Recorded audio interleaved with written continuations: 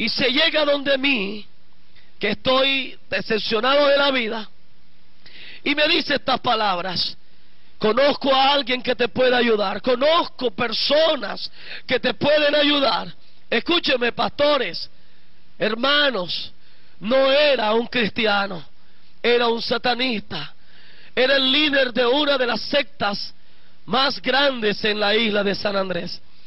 Yo recuerdo que aquel joven se me acerca y me convida a un lugar que yo no conocía, a pesar de que era de la isla, no lo conocía. Escúcheme, en la isla de San Andrés se practica mucho la brujería, la santería, el vudú. Usted ve allá la brujería como si fuese una religión más. Es algo increíble cómo se ofrece la santería en Nicaragua, en Cuba, en Haití. Se practican estas cosas, estas costumbres de ocultismo satánicas, como si fuera algo normal, como si fuera algo que no hiciera daño. Aquel joven me convidó y yo fui con él, no tenía nada que perder. Aquel día que ese muchacho empezó a entrar por un monte muy oscuro, yo sentía que mientras caminábamos y caminábamos, aquella espesura de esa oscuridad dentro de ese monte se iba cerrando a nuestras espaldas. Era algo terrible. Yo recuerdo que al llegar a un lugar grande, un lugar despejado, un lugar limpio, veo entre 230 o 240 jóvenes, personas encapuchadas, vestidas de negro. Estaban allí reunidos. Habían 10 de ellos reunidos, estaban alrededor de un altar hecho en piedras. En aquel altar había sobre ese altar una niña. Había una niña que estaba siendo sacrificada aquella noche. Eran aproximadamente las 12 y cuarto de la noche, y sobre ese altar había una niña abierta por su pecho. Habían satanistas que se comían su corazón y otros bebían su sangre, pues era un sacrificio, un ritual que debían presentar a Satanás aquella noche. Yo recuerdo que al momento fue algo impactante para mí, pero mi corazón estaba carente de amor, de sentimiento. Y quiero decirle que la mayoría de los jóvenes que están metidos en las sectas satánicas, la mayoría de los jóvenes que están metidos en grupos satánicos, es porque en sus hogares carecen de un amor perfecto, un amor genuino, que es el amor de Dios. El amor de Padre es un amor de Dios.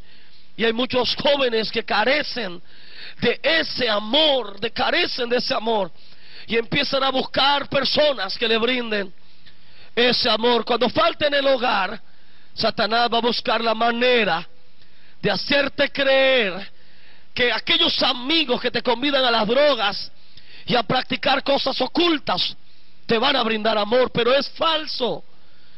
Al estar allí en ese sacrificio, se acercó un sacerdote confesor, que es una de las jerarquías en el satanismo. Se acerca aquel hombre encapuchado, porque la mayoría de ellos son profesionales, son médicos, son abogados, y no se dejan ver su identidad. Algunos de ellos son personas que trabajan en hospitales. Yo conocí muchos que visitaban esas sectas, visitaban lugares de brujería, que tal vez aspiraron a algún cargo político, algún cargo en el Estado, sea senadores, concejales, sea lo que sea.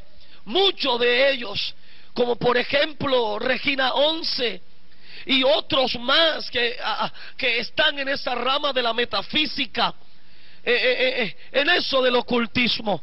Aquel hombre llegó y me propuso poder, me propuso fama, me propuso dinero, con tal de que yo le vendiera mi alma al diablo.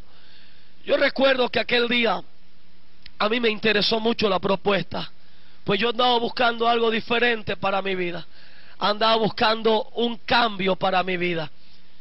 Yo recuerdo que aquel día había que hacer ese pacto, uniendo sangre de mi cuerpo, de mi mano derecha, con la sangre de otra persona, hacer una fisura en mi mano y poder hacer un pacto de sangre con otra persona para de esa manera abrir el pacto de la entrega a Satanás. Aquel día había que tomar de sangre de algún animal negro, preferiblemente un cerdo o un gato, sangre de una persona, y tomar cierta parte de la sangre de la menstruación de una mujer para poder sellar ese pacto, para poder vender el alma al diablo. Aquel día que hice aquello, yo sentí que en mi cuerpo entraron cosas tremendas, entraron demonios, empezaron a tomar control de mi cuerpo, y créame, empecé a ver un cambio, pero no un cambio que me beneficiara en algo, sino un cambio que iba a beneficiar únicamente a Satanás. Pues empecé a recibir poderes para hacer cosas que se hacen en la brujería, como por ejemplo el control mental, poder bloquearle la mente a alguna persona, a predicadores que no estuvieran bien parados o no tuvieran poder para contrarrestar ese poder, personas que de pronto estuvieran bajas de oración, bajas de búsqueda con Dios. Escúcheme, Satanás y los brujos saben cuando usted está bien con Dios.